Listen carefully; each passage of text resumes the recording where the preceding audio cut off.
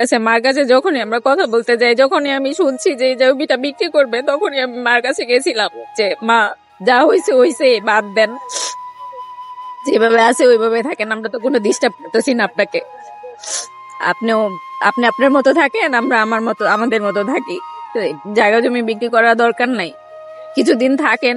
আমার বাবা তো আপনার অনেক ভালোবাসছে, আমি একটু দেখি ছেলেটা আপনাকে কত ভালোবাসে, তাহলে সবকিছু ঠিক হয়ে যাবে। উনি ডিরেক্ট বলে আমাদের মতো সন্তান তার দরকার নাই, আমাদের সাথে কথা বলার তার দরকার নাই, তার কোনো কিছুর অভাব নাই, অভাব তো আমাদের ভাই ছিলাম। এখন থানা আর শহীদ তাজউদ্দিনের এই যে এটা হচ্ছে গিয়ে আমার ইসের কপি, ওনারা যে সার্টিফিকেট দেয়, 2 দিন আমি ওখানে অ্যাডমিট ছিলাম। আপনি এখন কি চাচ্ছেন? সুষ্ঠু সমাধান।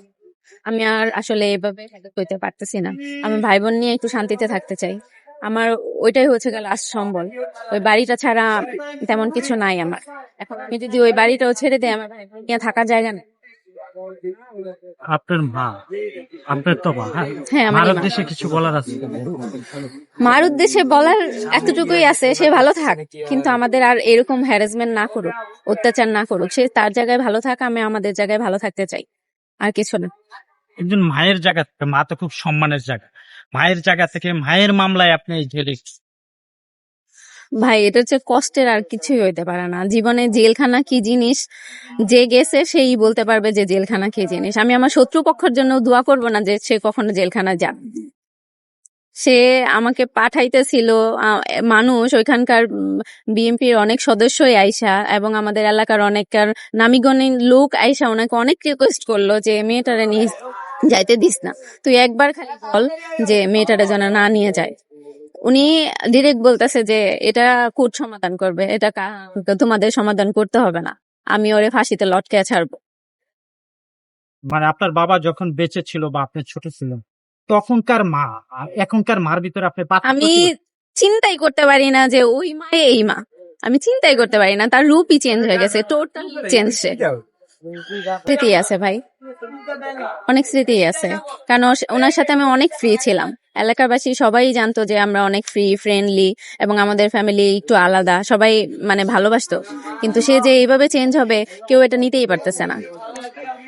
আপনি যদি আমাদের এলাকায় যান, কাউরে জিজ্ঞেস করেন, যে কাউরে, তাহলে আপনি দেখতে পারবেন আমি যেদিন জেলখানায়, এত এত মানুষ আসছে যারা হচ্ছে গিয়ে আমাকে মানে নিয়ে আসছে, যে ওনারা সবাই জেলখানায় আসছে, সবাই হচ্ছে গিয়ে থানায় আসছে, থানায় এসে আমি আসার আগে দেখি ওনারা রেডি, ওনারা অনেক রিকোয়েস্ট করছে যেন আমাকে না নেই, আমাকে যেন ছেড়ে দেয়, আমি মানে কিছু করি নেই, কিন্তু শুনে নাই। আমার মা হচ্ছে গিয়ে অনেক স্ট্রংলি করছে সবকিছু।